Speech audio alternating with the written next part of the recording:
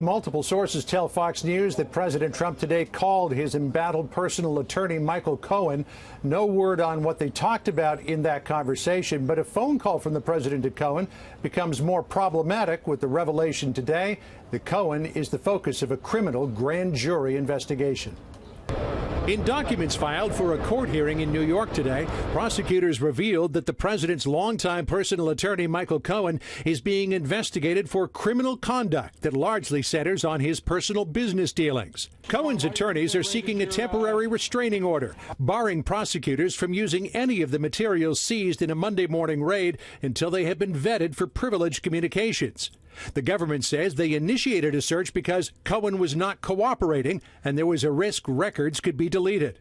The most intriguing parts of the documents detailing what the FBI was looking for have been redacted, but the court papers do state that Cohen has been the subject of a months-long investigation and that many of the crimes he is suspected of have nothing to do with his work as an attorney, stating Cohen is in fact performing little to no legal work. While the FBI was looking for possible communications Cohen had with the president, the documents disclosed that 0 emails were exchanged with President Trump. The attorney for Stormy Daniels, who is battling with Cohen over a non-disclosure agreement, was also in the courtroom today and says a criminal investigation of Cohen could be bad for President Trump.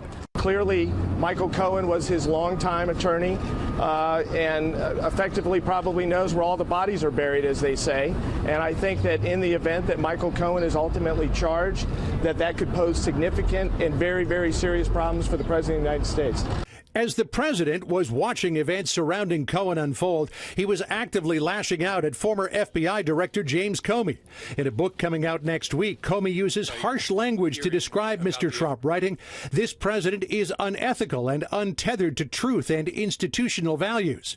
Comey also mocks the president's appearance, writing, "His face appeared slightly orange, with bright white half moons under his eyes where I assumed he placed small tanning goggles." President Trump ripped Comey on Twitter, calling him an untruthful slimeball, that it was his great honor to fire Comey. Comey reveals that in his first meeting with President Trump, the president was fixated on an allegation in that unverified dossier that he had hired hookers in Moscow and had them urinate on each other.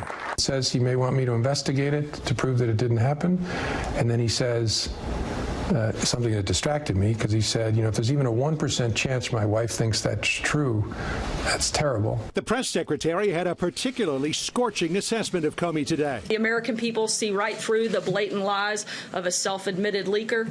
This is nothing more than a poorly executed PR stunt by Comey to desperately rehabilitate his tattered reputation and enrich his own bank account by peddling a book that belongs in the bargain bin.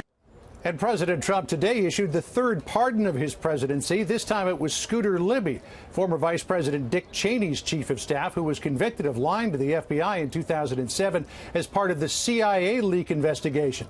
Many people believe that Libby was the victim of a special counsel investigation run amok, drawing parallels to the Mueller investigation, which President Trump feels has now gone way out of bounds of its original mandate. Brett? John Roberts live in the North Lawn. John, thank you.